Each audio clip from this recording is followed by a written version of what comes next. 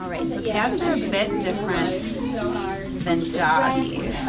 Yeah. Because they're the He smartest. has this like funky like eye thing that he's had since he was 9 weeks old. He tends to overdream one eye and then it gets red and rub. None of them care. It's traction. There's nothing wrong with that, No. shockingly enough. No. Like, And every now and again you get a good crack, but all of our cats could care less.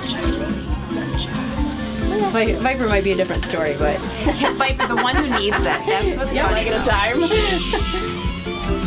Just like a barbecue stick and duck heart. Relax. Do you realize you have Christmas music on right now? It's Tim Burton's Halloween I dig track. it. Nothing wrong with it. I love it. Yeah, does that feel better? Yeah, we have a little issue right there. Yeah. Okay, drop it. It's okay. Oh, yeah, right there. I know. Angry kitty. Relax it. Good job. It's okay. Good. Good thing we clipped those toenails this morning. Right?